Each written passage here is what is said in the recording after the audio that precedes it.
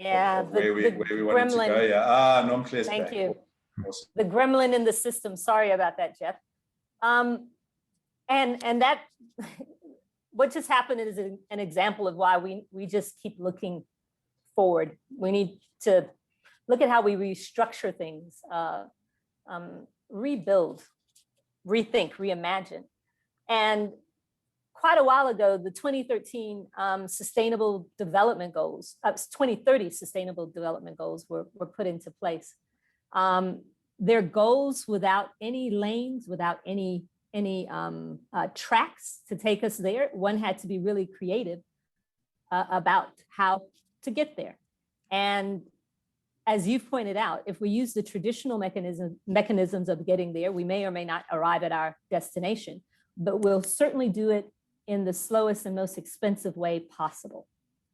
So how do we attract the kind of impact investments that feed into our way of thinking that will help us achieve those 2030 SDGs? Okay, so if I look at just about every one of these, they're in conflict with the monetary policy. So when a government says they want to create inflation so that they can give you more money, so they print more money to try to give, so they hold prices high unnaturally, so more people can't afford those prices. And then they have to give more money to the people in poverty just to be able to live and pay for their food, because they can't pay for the high prices that were created unnaturally. And so when I think about most of these, and when you think about climate change, if you think about climate change and just what we're talking about right now, solar is additive to the energy grid, and it not free, but it's almost free, and it's getting cheaper and cheaper every year. And it's additive to the, so that is deflationary. So it should be bringing down prices, not just of energy, but it should be bringing down prices of everything that energy is required for. And that seems pretty natural. It seems that is not a stretch to say every year from now, energy should get cheaper. Why is energy not getting cheaper? Because the existing system has to increase the price of oil to keep us growing forever, or the existing system collapses, because it's all based on inflation.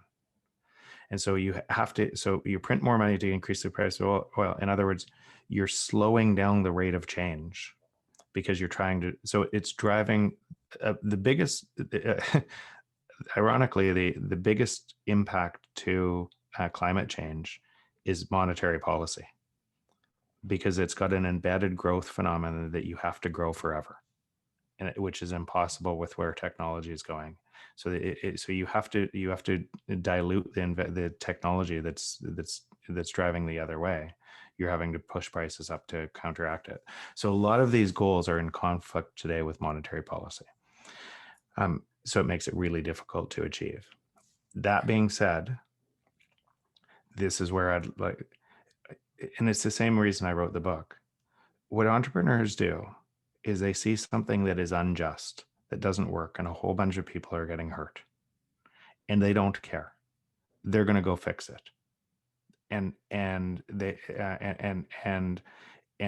they might have to work 20 hours a day. They might have to learn a whole bunch of lessons. They might fail, everything else, but they don't blame anybody.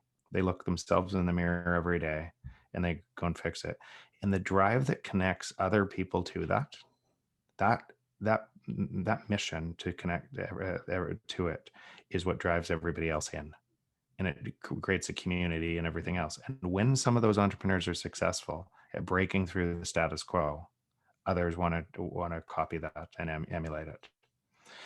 So and that becomes a huge drive too. So it's kind of self-responsibility. Now, I do realize that if you've never seen the world I'm talking about, because you're in poverty and you're worried about paying your putting food, it's so hard for somebody to even relate to what I'm talking about.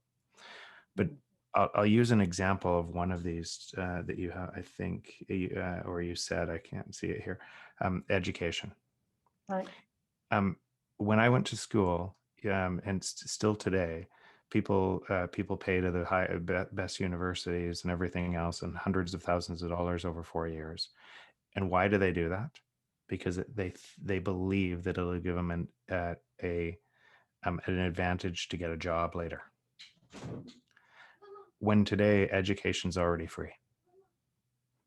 It's already free. It's a concept that we believe the only reason we stay in school for that long is on a previous concept and a previous reality that it took going to school to get the best jobs. Today, that's not true. Today, education is effectively free. Information's free. You could get to the best researchers, the best everything in any topic you want. Khan Academy is free. My kids learn more on Khan Academy than they do in school. And you could, and anything, you could go as deep as you wanted on any topic. Your time is not free. But if you chose to say, I'm going to overcome this myself, I don't need any, education's free today.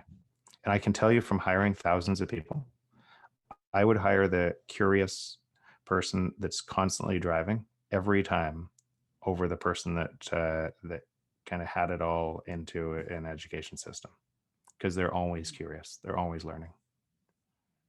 You know, that's a pretty amazing way of looking at things. And it's upside down, quite frankly, to the reality of most people in Africa.